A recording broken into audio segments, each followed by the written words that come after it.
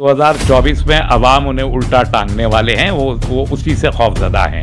हिलाली और सलीबी जंगों की तारीख भरी पड़ी है, कई सौ साल चलती रही। इस्लाम का क्या बिगड़ा? अगले 8-10 महीने के अंदर इस मुल्क के अवाम उनको उल्टा टांगने वाले हैं। इस मुल्क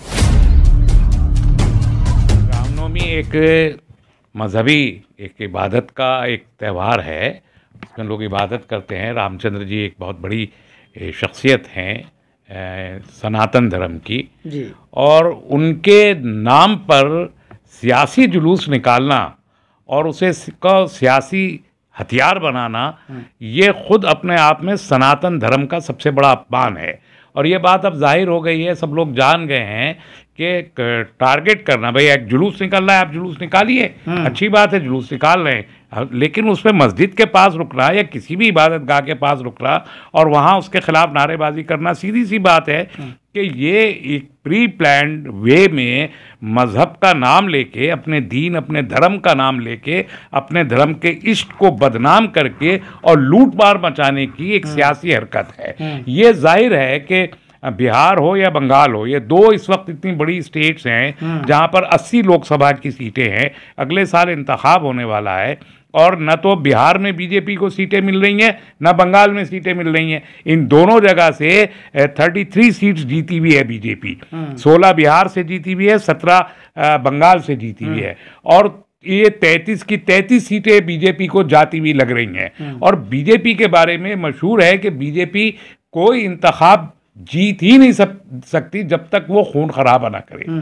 बीजेपी का इक़्तिदार चाहे मरकज़ में आया हो, चाहे रियासतों में आया हो, मजहबी मुनाफरत और खून खराबे की बुनियाद पर भारतीय जनता पार्टी इक़्तिदार हासिल करती रही है। इसकी तारीख मौजूद है कि 1989-90 में बाबरी मस्जिद का मूवमेंट, रथ यात्रा जिसके पहिए खून में डूबे हुए थे, बाबरी मस्जिद की शहादत जहां पर लाखों लोगों का ने इकट्ठे होकर मस्जिद को शहीद किया, उसके बाद होने वाले फिसादात, और उसकी बुनियाद पे इक़्तिदार हासिल किया।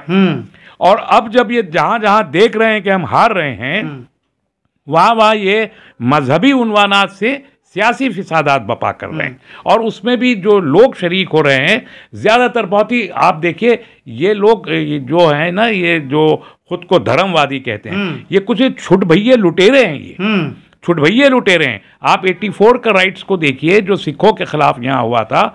सिखों के खिलाफ राइट पे पूरी दिल्ली को हमने देखा था, इन्होंने क्या किया, मारा कम, लूटा ज्यादा, दुकानें लूट के, लूटने वाले लोग, ये सब ये लूटने वाले लोग हैं। ये जो सड़क छाप गुंडे होते हैं, ये उन गुंडों को इस्तेमाल करके लूटने के लिए वहां भेजते हैं और उसी दौरान में आग लगाते हैं और जो लूटने नहीं देता उसको मारते हैं। तो ये कोई न तो मजहब से इनका, सनातन धर्म से इसका कोई ताल्लुक है, न किसी आइडियोलॉजी से इनका ताल्लुक है। किराए के गुंडों को ला के और उनके जरिए जुलूस निकलवा के, और ये समझते हैं कि इन्होंने एक फिसाद बपा करके बहुत बड़ा तीर मार दिया। आपने बिहार शरीफ में देखा, ऐतिहासिक मदरसा है, पुराना मदरसा है, उनको जला दिया, उसको जला दिया गया। उसके बाद कुरान शरीफ की कुछ फोटोज आई है, जली हुई किताबें हैं, ये सब पूरी लाइब्रेरी को जला दिया गया। तो ये लोग जो इस्लामिक चीज़ें उन पर हमला कर रहे हैं, क्योंकि देखा जा रहा है कि मुगलों पर बात आ रही है कि मुगल के इतिहास को बदलने की बात हो रही है, इस्लामिक चीज़ों को मिटाने की बात हो रही है। लेकिन मिटाने से तो मिटता नहीं है, तुम्हारे मिटाए से नहीं मिटेगा। इस्लाम तो 1400-1500 साल से है, यहाँ जाने कितने आए और कितने चले गए। बड़े मंगोल आए थे, बहुत बड़े दहशतगर्द थे, दुनिया जानती है। वो अपनी ही सवारी पे, जिस पे बैठते थे घोड़े पे, उसी को भूख लगती थी तो काटते थे और कच्चा गोश्त खा जाते थे, खून उसी का काटते थे, उसका खून प्यास लगती थी तो पी जाते थे। इतने बड़े दरिंदा सिफत कौम, जब वो मुसलमानों का कुछ ठीक है बारा नुकसान पहुंचाया, लेकिन इस्लाम का क्या बिगड़ गया है?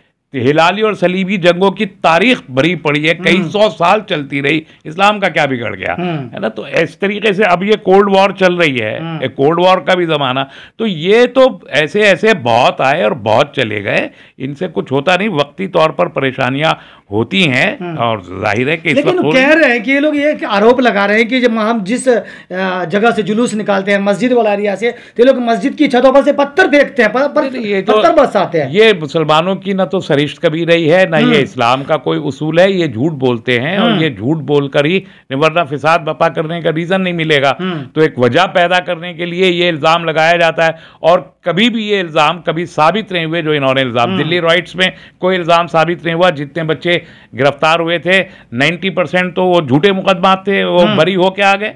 तो सारे इल्ज़ामात गलत साबित हुए, और ये इल्ज़ामात भी गलत हैं। तो ये अपने ही त्योहारों को चंद गुंडों के ज़रिए ख़राब करा के उसका सियासी इस्तेमाल करते हैं, जो इंतहाई काबिल मज़म्मत हरकत है। अब सियासी इस्तेमाल की बात कर रहे हैं। दंगे के बाद अमित शाह पहुंचते हैं, नवादा पहुंचते हैं। वो कहते हैं कि हमें अगर बिहार में 40 सीट, मतलब सीट की बात आ गई दंगे के बाद, कह रहे हैं कि 40 सीट हमें मिलती है तो दंगाइयों को उल्टा टांग देंगे। उल्टा टांगने की बात करते हैं। अभी तो 2024 में अवाम उन्हें उल्टा टांगने वाले हैं, वो उसी से खौफजदा हैं। ऐसी जबान जब कोई शख्स बोलता है तो इसका इजहार कर रहा होता है कि वो कहीं ना कहीं कमज़ोर है, पिछड़ रहा है। तो ये उल्टा टांगने वाले जो अल्फाज हैं ना, ये वही लोग बोलते हैं जो कहीं ना कहीं कमज़ोर हो चुके। तो एक कमज़ोर आदमी का कमज़ोर जुमला है, जो ये जानता है कि अगले 8-10 महीने के अंदर इस मुल्क के अवाम उनको उल्टा टांगने वाले हैं इस मुल्क में, इसलिए खौफजदा है। लेकिन आपने बहुत सारी तस्वीरें देखी होंगी कुरान जलने की या मदरसे हो,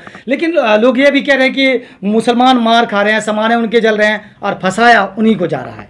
ये भी सवाल लोग खड़े ये तो सियासी लोगों को इसका जवाब देना चाहिए। जो लोग हुक्मरान हैं, उन हुक्मरानों की ये जिम्मेदारी होती है कि अब अगर नीतीश कुमार वहाँ हुक्मरान हैं बिहार में, तो उनकी जिम्मेदारी थी कि वो वहाँ पे फिसाद को होने से रोकते। जैसे कि उन्होंने बाद में कहा कि मंसूबा बंद था, तो फिर आपका जो इंटेलिजेंस डिपार्टमेंट है वो क्या कर रहा था कि उसके कि मंसूबा बंद, फिसाद को रोकने की उसने कोई कार्रवाई नहीं की, कोई रिपोर्ट नहीं दी, और उसके बाद भी 2 दिन तकरीबन फिसाद जलता रहा। आपने असल कसूरवार लोगों को, जिनके नाम सामने आ गए, वीडियो सामने आ गए, उनको गिरफ्तार नहीं किया। फिर ये क्या तवक्को की जाए। देखिए, इस मुल्क का एक बहुत बड़ा मसला, फिसादात 70,000 के करीब इस मुल्क में हुए हैं आज़ादी के बाद, और ये फिसाद होने की सबसे बड़ी वजह ये होती है कि जो फिसादी हैं, उन फिसादियों को जान लेने के बावजूद उनको सज़ा नहीं दी जाती। ये एक बहुत बड़ा मसला है जिसकी वजह से फिसाद होते रहते हैं। आप देखिए, मलियाना के सिलसिले में अभी जो फैसला आया, उसमें 100 से ज़ायद लोग नामजद थे। कुछ लोग मर गए, कुछ लोग गायब हो गए। जो 40 लोगों पे चला, लोअर कोर्ट ने उनको बरी कर दिया।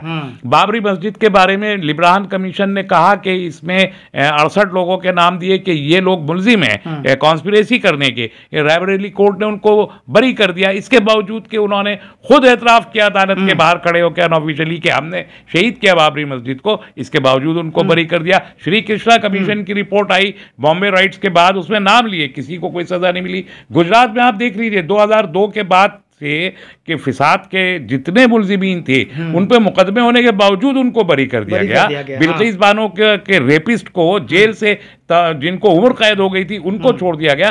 तो जब हुकूमतें, चाहे कांग्रेस हो या बीजेपी हो, हुकूमतें फिसादियों को जब सज़ा नहीं देती, पहले तो यही होता था कि फिसादियों को सज़ा नहीं दी जाती तो फिसाद करने के लिए हौसला बढ़ता था। और अब ये हो रहा है पिछले 10-15 साल से कि जिनके बारे में मालूम हो कि ये असल फिसादी है, उसी को लोकसभा और असेंबली के टिकट दिए जाते हैं, मंत्रालय दिए जाते हैं, उनकी हौसला अफजाई की जाती है। तो फिसाद इसलिए होता है कि या तो सज़ा नहीं दी जा रही या हौसला अफजाई की जा रही है। 70 साल से इस मुल्क में ये काम जारी है। इसके लिए कोई तखसीस नहीं है, चाहे लालू प्रसाद यादव हो, चाहे नीतीश यादव हो, चाहे कांग्रेस पार्टी हो, चाहे अब भाजपा हो। सब ने ये किया है और सब ने टारगेट किया इस मुल्क की माइनॉरिटीज को, चाहे वो हिंदू मुस्लिम के राइट हुए हो, चाहे वो हिंदू सिख के राइट हुए हो, चाहे वो हिंदू ईसाई के राइट हुए हो। तो सब में कॉमन फैक्टर आता है यहाँ के अक्सरियती आबादी और अकलियत का कोई भी ग्रुप।